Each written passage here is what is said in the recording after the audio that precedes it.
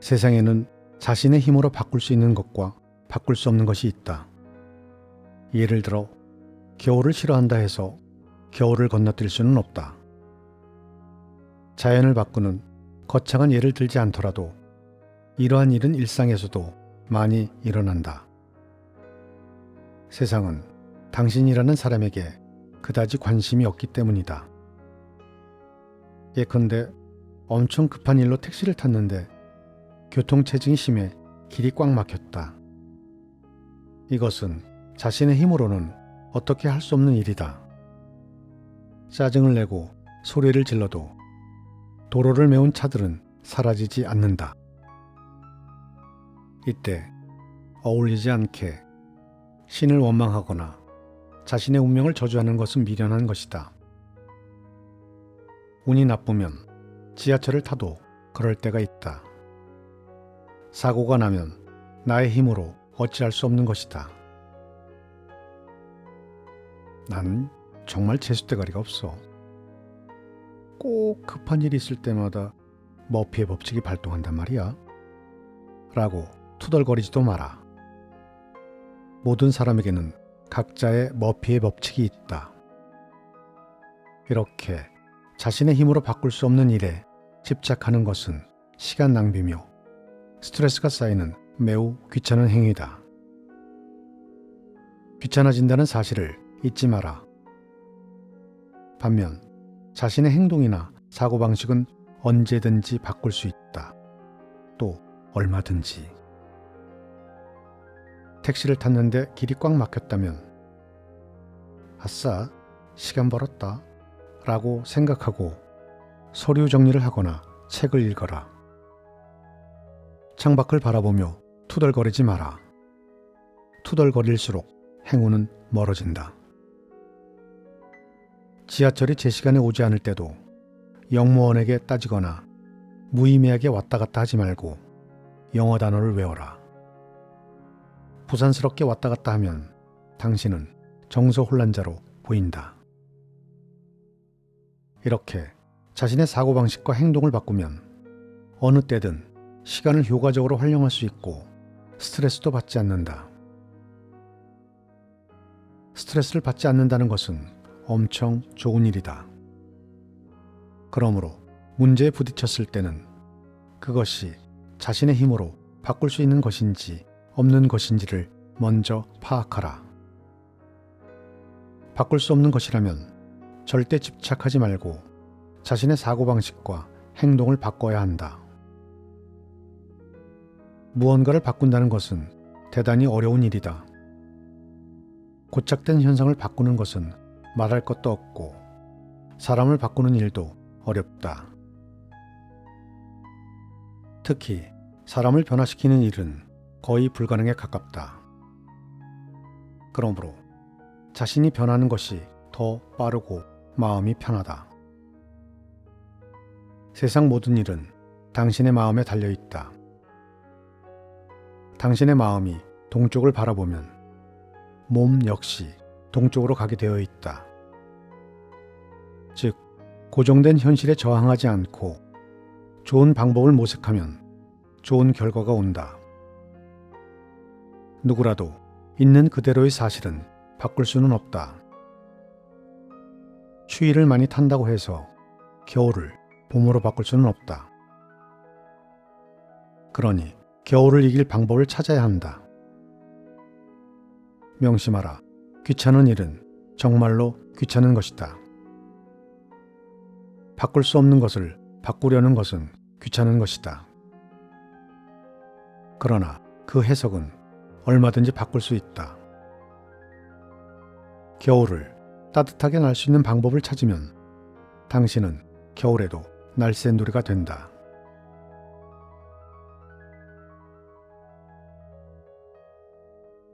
사는 일은 정말이지 귀찮기 짝이 없는 일이다.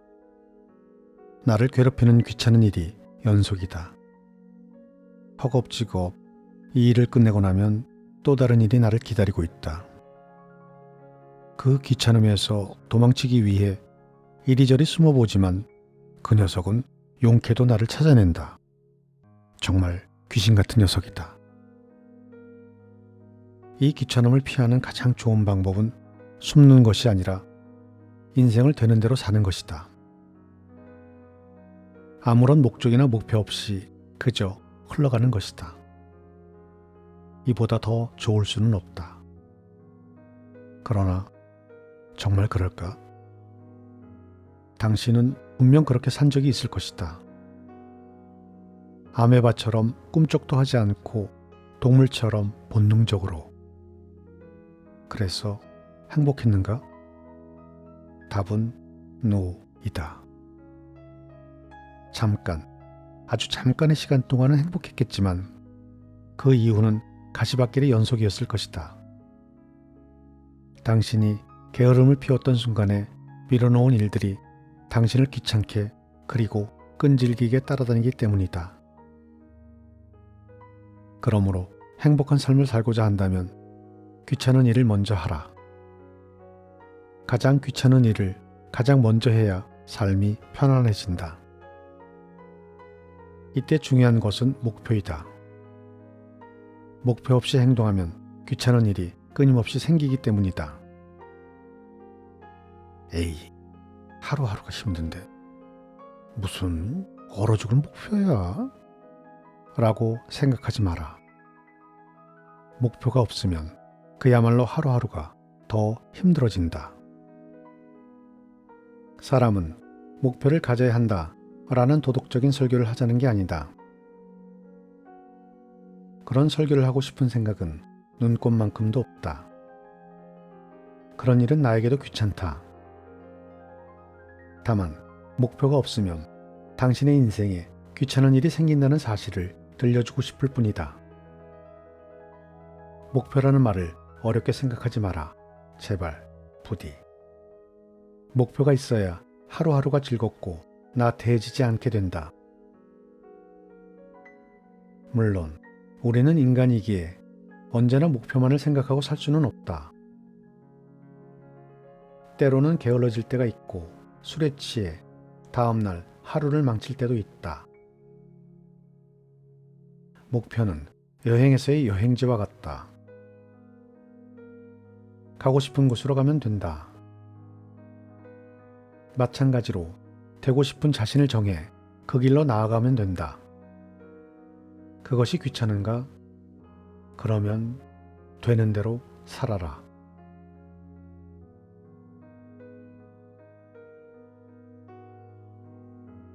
착함은 악함이나 위선보다 월등히 좋다. 선은 악을 이기고 부정과 불평등을 몰아낸다.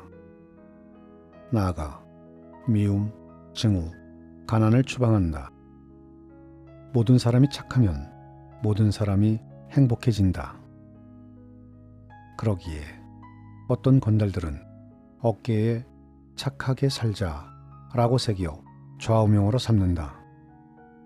하지만 착함과 착한 척은 다르다. 질적으로 다르다. 모든 사람에게 사랑받는 착한 사람이 되는 것은 중요하지만 착한 척하는 사람이 많으면 귀찮은 일이 일어난다. 그리고 짜증이 난다.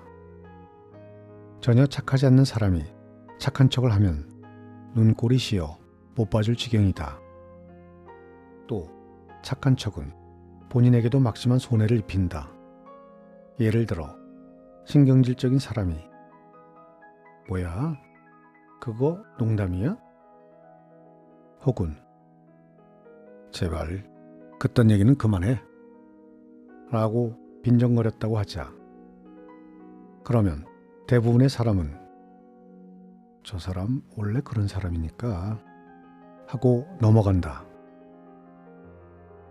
특별히 문제될 것은 없다.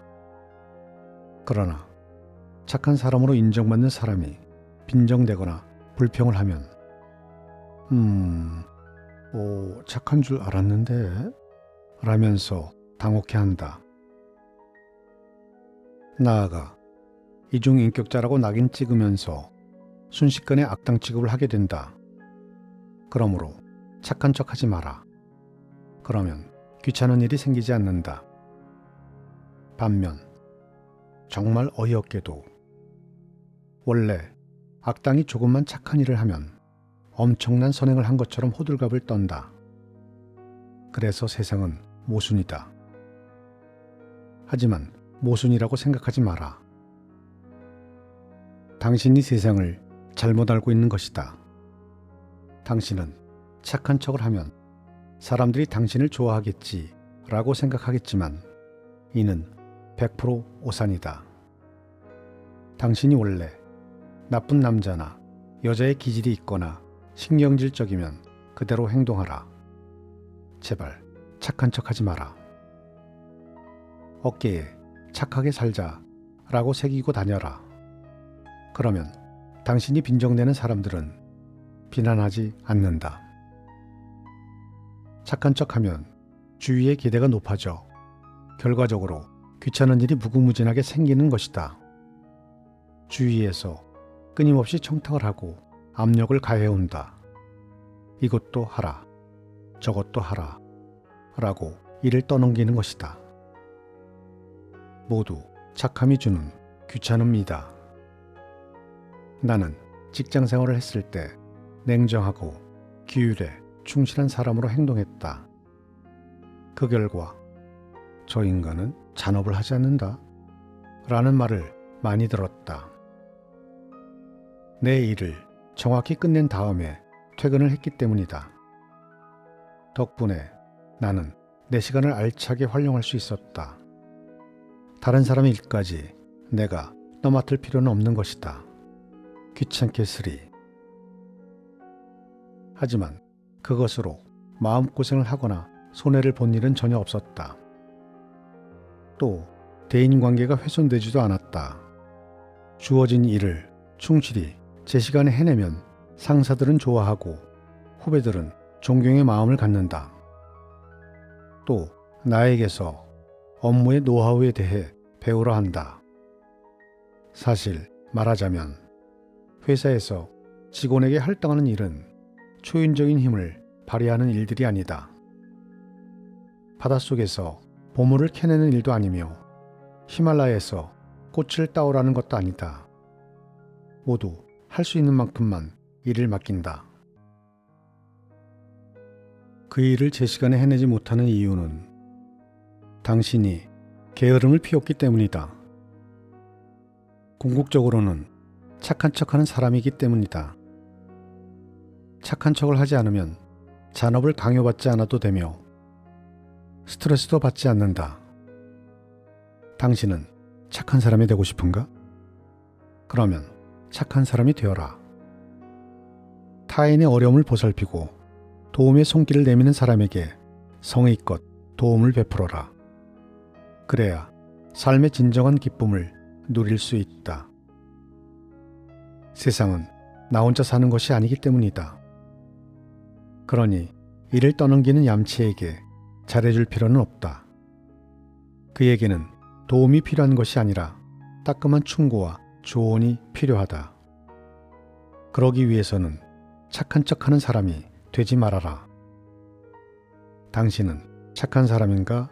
나쁜 사람인가? 살면서 착한 척한 적이 있었는가? 몇 번이나 그랬는가? 왜 그랬는가? 착한 척을 해서 마음의 위안이 되었는가?